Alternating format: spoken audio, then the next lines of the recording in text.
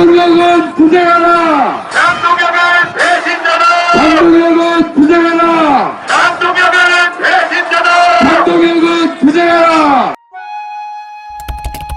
라이아빠. 여러분, 오늘 우리는 거대한 의미를 품은 이 자리 123 비상계엄 1주년을 맞은 여의도 국회의사당 앞에 모였습니다. 한 해가 지나 다시 이 현장을 선 이유, 그건 이 나라의 진실을 끝까지 밝히겠다는 우리 모두의 결심 때문입니다. 오늘 이곳에 모인 시민들의 얼굴을 보십시오. 피곤함보다 결의가 강하고 두려움보다 사명감이 선명합니다. 왜냐하면 지난 1년 동안 곳곳에서 드러난 사실들이 우리의 감각을 깨우고 우리의 확신을 굳히고 있기 때문입니다.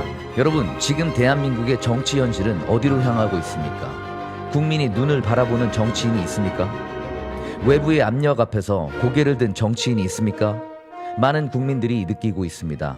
이미 대한민국의 일부 정치 세력은 중공의 영향력 아래 기울어지고 있다는 것을. 그들은 설명도 하지 않았습니다. 책임도 지지 않았습니다. 그러면서 우리 주권을 조용히 그리고 지속적으로 넘겨왔습니다.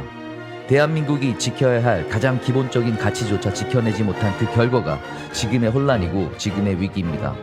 여러분, 1년 전을 떠올려 보십시오. 윤석열 대통령은 이 흐름을 보았습니다. 국가 기반이 흔들리고 선거를 둘러싼 의문이 쌓이고 주권의 근간이 불안정해지고 국민의 불신은 걷잡을 수 없이 커져만 가는 상황을 보았습니다. 그분은 왜 123 비상계엄이라는 결정을 내렸을까요? 왜 극단에 가까운 결단을 택했을까요? 그 선택은 어떤 정치적 이득도 보장되지 않았습니다. 오히려 탄핵, 공격, 고립을 불러오는 선택이었습니다. 그럼에도 그 길을 걸어간 이유는 단 하나입니다. 주권 수호. 그거 하나 때문이었습니다. 그 당시 국민들 사이에 번지고 있던 선거 의혹, 표의 이동 경로, 개표의 이상 신호, 이해되지 않은 결과들, 투개표 시스템 전체에 깔린 불투명함, 그리고 그 모든 상황 뒤에서 정치인들이 중공의 입맛에 맞춰 움직이고 있다는 강한 의심. 만약 그런 상황 속에서 선거가 이루어졌다면 당선되는 이들은 누구일지 뻔합니다.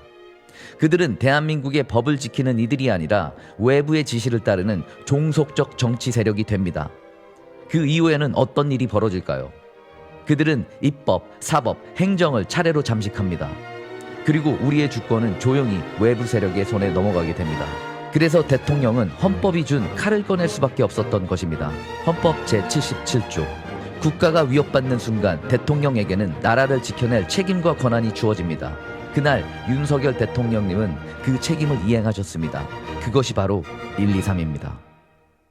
우리는 지금도 분명하게 말합니다. 그 결정은 위법이 아니었습니다. 그 결정은 독재가 아니었습니다. 그 결정은 국가를 지키기 위한 방파제이자 마지막 보호막이었습니다. 지난 1년 동안 진실은 더 많이 드러났습니다. 한덕수, 홍장원, 곽종근의 위증이 밝혀졌고 탄핵이 기획됐다는 정황이 눈앞에 드러났습니다. 대통령의 공소기각과 무죄 가능성이 높아지고 있다는 분석까지 이어지고 있습니다. 이 모든 사실은 한 가지 결론을 향하고 있습니다.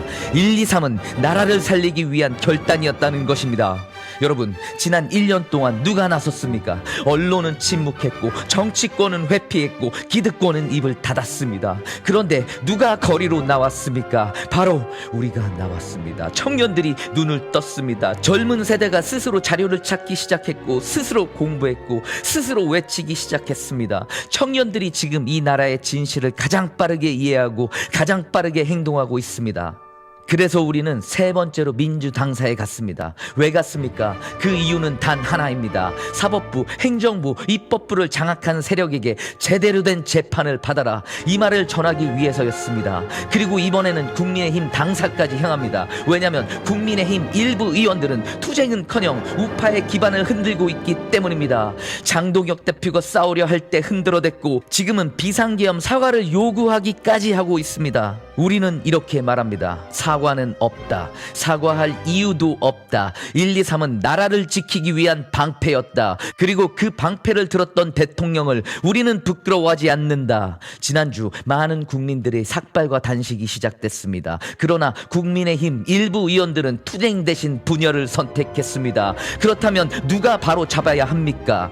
바로 오늘 이 자리에 선 우리입니다. 우리가 말하지 않으면 누가 말합니까? 우리가 막지 않으면 누가 막습니까? 여러분, 우리는 오늘 이 자리에 다시 다짐합니다. 123 비상계엄 사과는 없다. 우리는 굴복하지 않는다. 우리는 침묵하지 않는다. 그리고 더 중요한 건 우리는 이미 깨어났다. 한국의 미래를 짊어진 청년들이 깨어나고 중년과 노년의 시민들이 다시 일어났습니다. 이 나라의 심장은 아직 뜨겁게 뛰고 있습니다. 우리의 행진은 결코 국회 앞에서 끝나지 않습니다. 우리가 걷는 이 길은 특정 정당이나 건물 앞에서 멈추는 길이 아닙니다. 이 행진은 대한민국의 진실을 알리기 위한 길, 그리고 자유를 되찾는 그날까지 이어질 것입니다. 우리가 가는 길은 서울의 거리에서도, 지방의 골목에서도, 도심 한복판에서도, 아무도 보지 않는 새벽거리에서도 멈추지 않습니다. 왜냐하면 이 길은 단순한 집회가 아니기 때문입니다. 이 길은 자유를 향한 전쟁이며 진실을 되찾고 주권을 회복하려는 국민의 저항이기 때문입니다.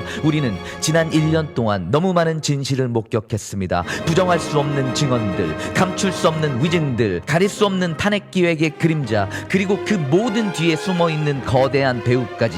이제 국민들은 속지 않습니다. 국민들은 이미 눈을 떴고 이미 본 것을 잊지 않습니다. 그렇기에 우리의 발걸음은 멈추지 않습니다. 어느 거리에서든 어느 도시에서든 진실을 밝히고 자유를 외치는 우리의 목소리는 더 커지고 더 깊어지고 강해질 것입니다. 여러분, 이 싸움은 아직 끝나지 않았습니다. 하지만 절망할 이유도 없습니다. 왜냐하면 진실은 이미 드러나기 시작됐고 그 진실을 확인한 국민들이 지금 이 순간에도 계속 깨어나고 있기 때문입니다. 무너지는 것은 거짓의 성벽이고 일어나는 것은 자유의 시민들입니다. 이 흐름은 거스를 수 없습니다. 이 바람은 막을 수 없습니다. 우리가 움직이는 한, 우리가 외치는 한 대한민국의 방향은 다시 자유로 돌아갑니다. 우리는 물러나지 않습니다. 우리는 굴복하지 않습니다. 우리는 이 나라의 주권을 끝까지 지켜낼 것입니다. 그리고 반드시 이 땅의 자유를 되찾을 것입니다. 여러분, 오늘의 이 외침이 내일의 대한민국을 다시 세울 겁니다. 우리의 행진은 계속됩니다. 우리의 싸움은 계속됩니다. 우리의 자유는 반드시 돌아옵니다. 대한민국은 다시 일어납니다. 그리고 그 중심에 바로 여러분이 있습니다. 동해물과 백두산이 마르고 닳도록